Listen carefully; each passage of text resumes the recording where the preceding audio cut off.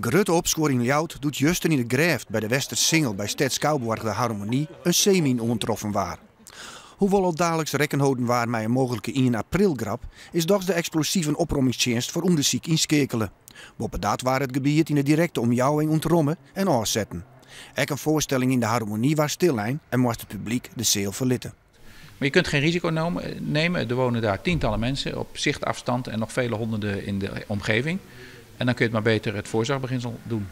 De politie had nog geen idee waar achter de netbom zitten kunnen. We jochten dat in de netbom een briefje achterlitten wijze zoeken van de mogelijke dierders, werd toch de politie ontkend. Wol had hem een sjoer gemelden die mogelijk de dieren sjoen had, door die vanuit een bootje de zeemin in het wetter lieten. Er zijn 3 jongens die op een bankje zitten. Die hebben rond middernacht een bootje aankomen jet. Een fluisterbootje op zappen te zeggen. Dat houdt in dus een bootje met een motorke wat heel zacht draait.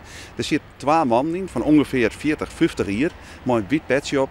En deze tjoegen had jongen dat deze mensen iets in het wetter gooien. Een stien, mooi ketting en dan een balvormig iets. Dat zou dan op de eventuele nepmin liedje kennen. Duidelijk is in alle gevallen dat als de dierders achterhellen worden, de skeer van de hele operatie op haar verhellen worden zal. We gaan in ieder geval, omdat dit echt geen leuke grap meer is, maar buitenproportioneel, zullen politie en justitie alles doen om de mensen op te sporen die dit gedaan hebben. En die zullen dan hun straf krijgen en schadeverhaal.